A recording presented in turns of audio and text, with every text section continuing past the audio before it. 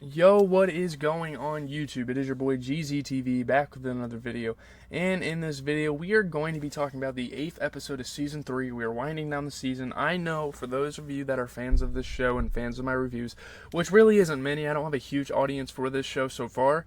But if you are, I'm sorry because we're only doing one episode a week because, my goodness, the NCAA content, the 2K content is just taking over. I'm finishing off 2K strong with a little series.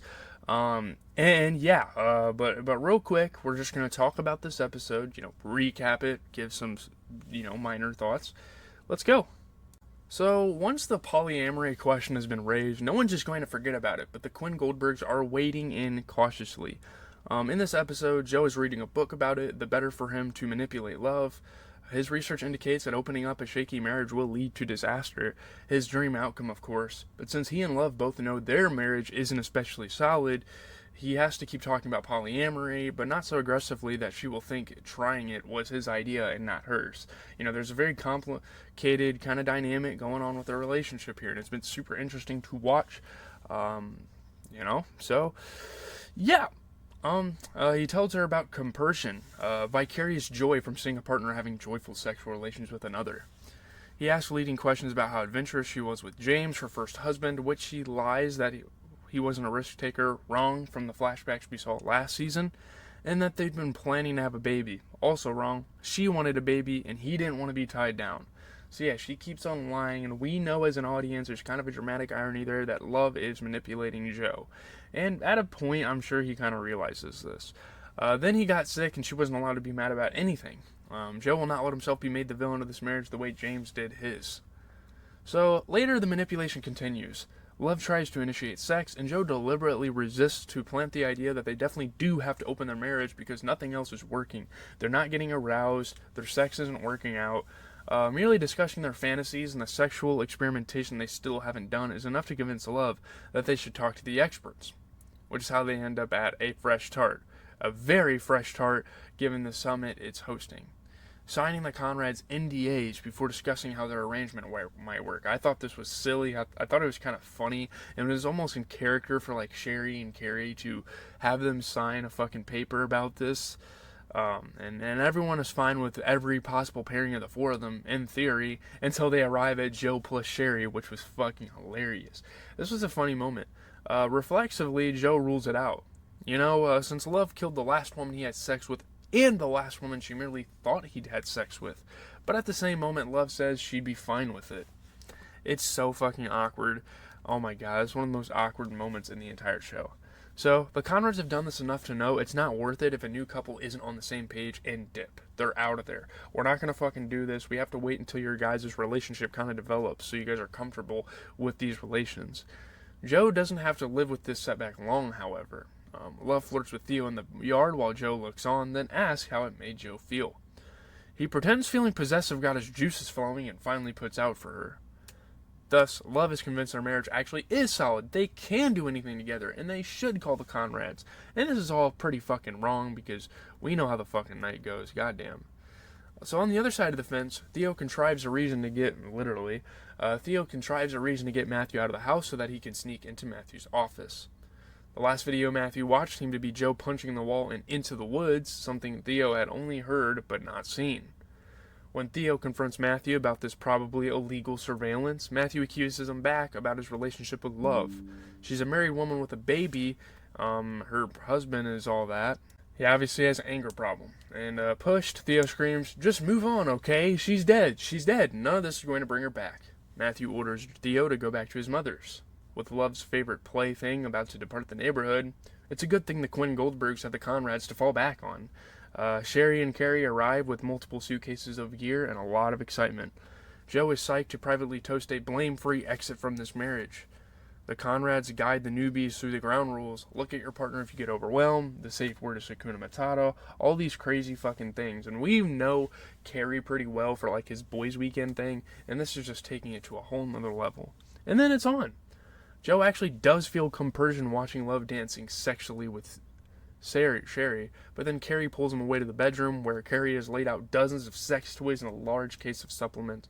It's fucking gross.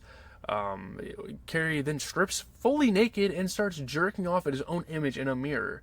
Joe, of course. Cary is Cary sexual. But before any gay stuff can happen, damn it, Marianne calls Joe in tears. I kind of wanted to see where that was going. That would have been pretty fucking funny.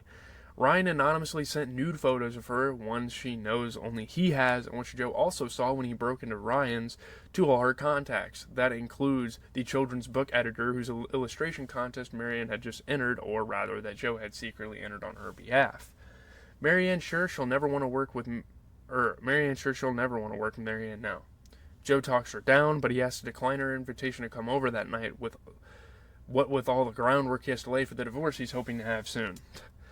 So, once Cary has put Joe's phone in the bowl downstairs with everyone else's, it's really time to get down to business.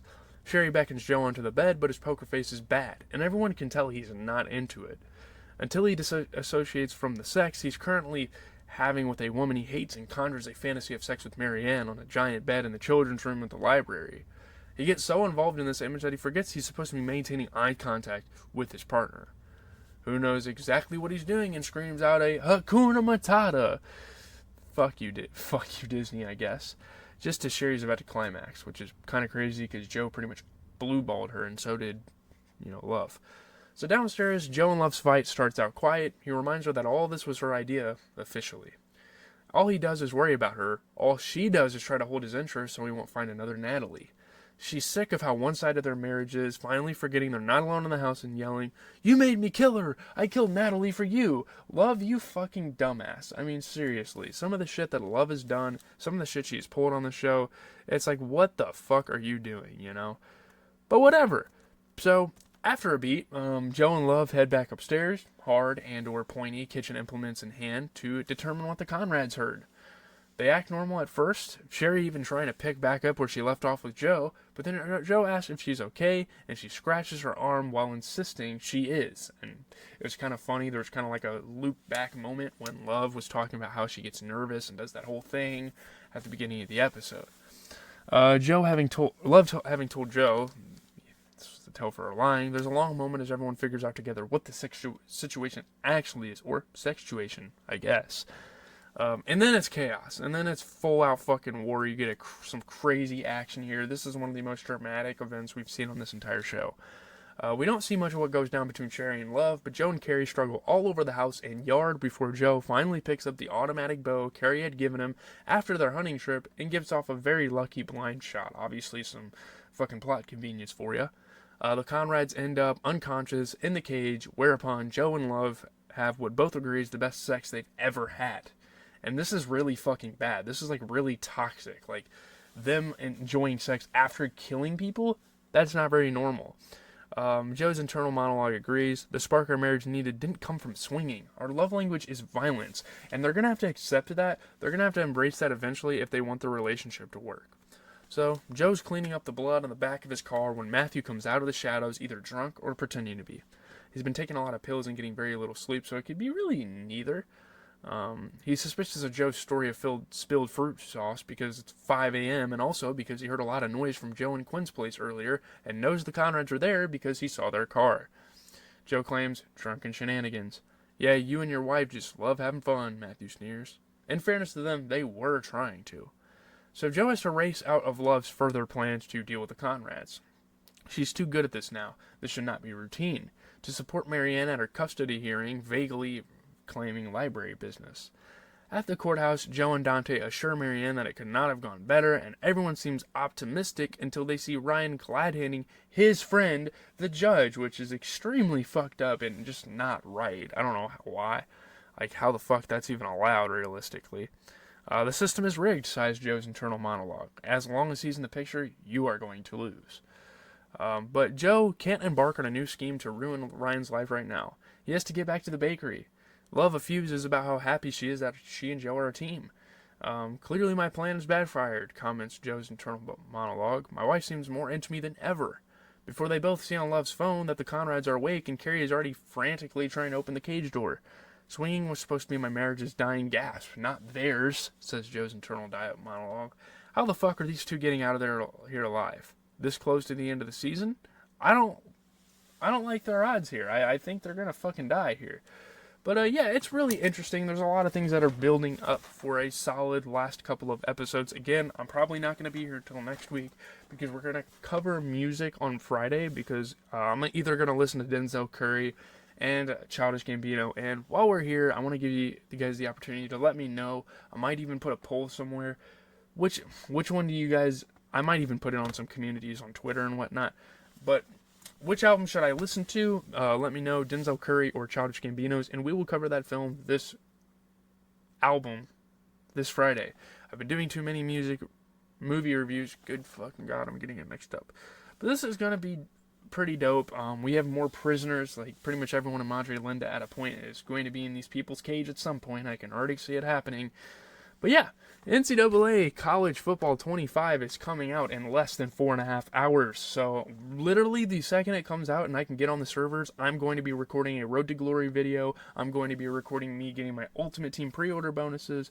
And tomorrow you guys are getting a Road to Glory video. Later in the week you're getting Ultimate Team. It is going to be phenomenal. So stay tuned.